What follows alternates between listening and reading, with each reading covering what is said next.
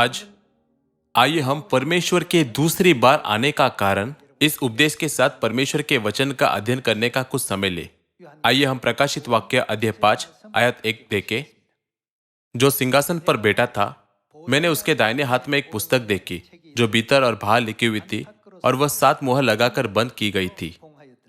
फिर मैंने एक बलवंत स्वर्गदूत को देखा जो ऊंचे शब्द से यह प्रचार करता था, इस पुस्तक को खोलने और उसकी मुहर तोड़ने के योग्य कौन है? परंतु न स्वर्ग में, न पृथ्वी पर, न पृथ्वी के नीचे कोई उस पुस्तक को खोलने या उस पर दृष्टि डालने के योग्य निकला। यदि बाइबल के सभी वचन छिपे हुए हैं और कभी खोले नहीं गए, तो यह मानव जाति के लिए एक बड़ी त्रासदी होगी। आयत 4, तब मैं फूट फूट कर रोने लगा, क्योंकि उस पुस्तक को खोलने या उस पर दृष्टि डालने के योग्य कोई न मिला। इस पर उन प्राचीनों में से एक ने मुझसे कहा, मत रो, देख, यहूदा के गोत्र का वह सिंह जो दाऊद का मूल है, उस पुस्तक को खोलने और उसकी 7 मुहरों को तोड़ने के लिए जयवंत हुआ है। जब प्रेरित यूहन्ना ने दुर्भाग्यपूर्ण स्थिति के बारे में एक प्रकाशन देखा जिसमें सारी मानव जाति को नरक में जाना है, तो प्राचीनों में से एक ने प्रेरित यूहन्ना से कहा, यहूदा के गोत्र का वह सिंह जो दाऊद का मूल है, उस पुस्तक को खोलने और उसकी 7 मुहरें को तोड़ने के लिए जयवंत हुआ है।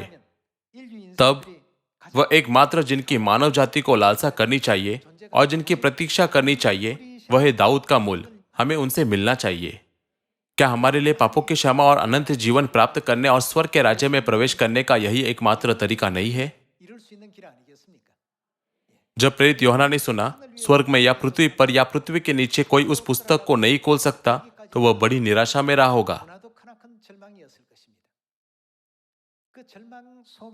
जब वह निराशा में रो रहा था, तो प्राचीनों में से एक उसके पास आया। उसने प्रेरित यूहन्ना से कहा, दाऊद के मूल को छोड़ और कोई हमें सुसमाचार के भेद नहीं सिखा सकता। प्रेरित यूहन्ना के लिए यह एक बड़ी राहत रही होगी। तब दाऊद का मूल किसे दर्शाता है? आइए हम प्रकाशित वाक्य 22 आयत 16 पर एक नजर डालें। मुझ यीशु ने अपने स्वर्गदूत को इसलिए भेजा कि तुम्हारे आगे कलीसियाओं के विषय में इन बातों की गवाही दे। वह कौन है? दाऊद का मूल और वंश। दाऊद का मूल कौन है? वह यीशु है। लेकिन क्या वह पहले बार आने वाले यीशु है या दूसरे बार आने वाले यीशु? दूसरे बार आने वाले यीशु। यह यीशु के प्रथम आगमन के स्वर्गारोहण के लगभग 60 वर्ष बाद था।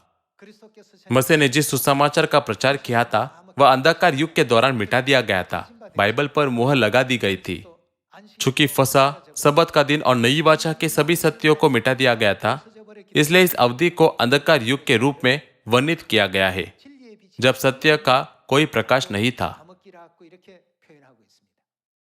यदि यह स्थिति बनी रहती है, तो मानव जाति के लिए कोई आशा नहीं होगी। उनके पास न तो उद्धार की आशा हो सकती है और न ही स्वर्ग के राज्य की आशा। यह इतनी दुखद और दुर्भाग्यपूर्ण स्थिति होगी। इसलिए लूका अध्याय 19 आयत 10 में यीशु कहते हैं, मैं खोयों को ढूंढने और उनका उद्धार करने आया हूं। साथ ही इब्रानी अध्याय 9 आयत 27 और 28 में यह लिखा है, वह उद्धार देने के लिए दूसरे बार दिखाई देंगे। मेरा मानना है कि आप पहले ही इन शिक्षाओं के बारे में बहुत पढ़ चुके हैं। यदि यह हमारे उद्धार के लिए नहीं है, तो क्या परमेश्वर के दूसरे बार आने का कोई कारण होगा? परमेश्वर पहले से ही जानते थे कि यदि वह अपनी संतानों को अकेले छोड़ देते हैं, तो उनकी आत्माओं को नरक के अनंत दंड का सामना करना पड़ेगा। इसलिए स्वर्गीय पिता और स्वर्गीय माता इस पृथ्वी पर आए हैं और स्वर्गीय संतानों को स्वर्ग के राज्य में ले जा रहे हैं।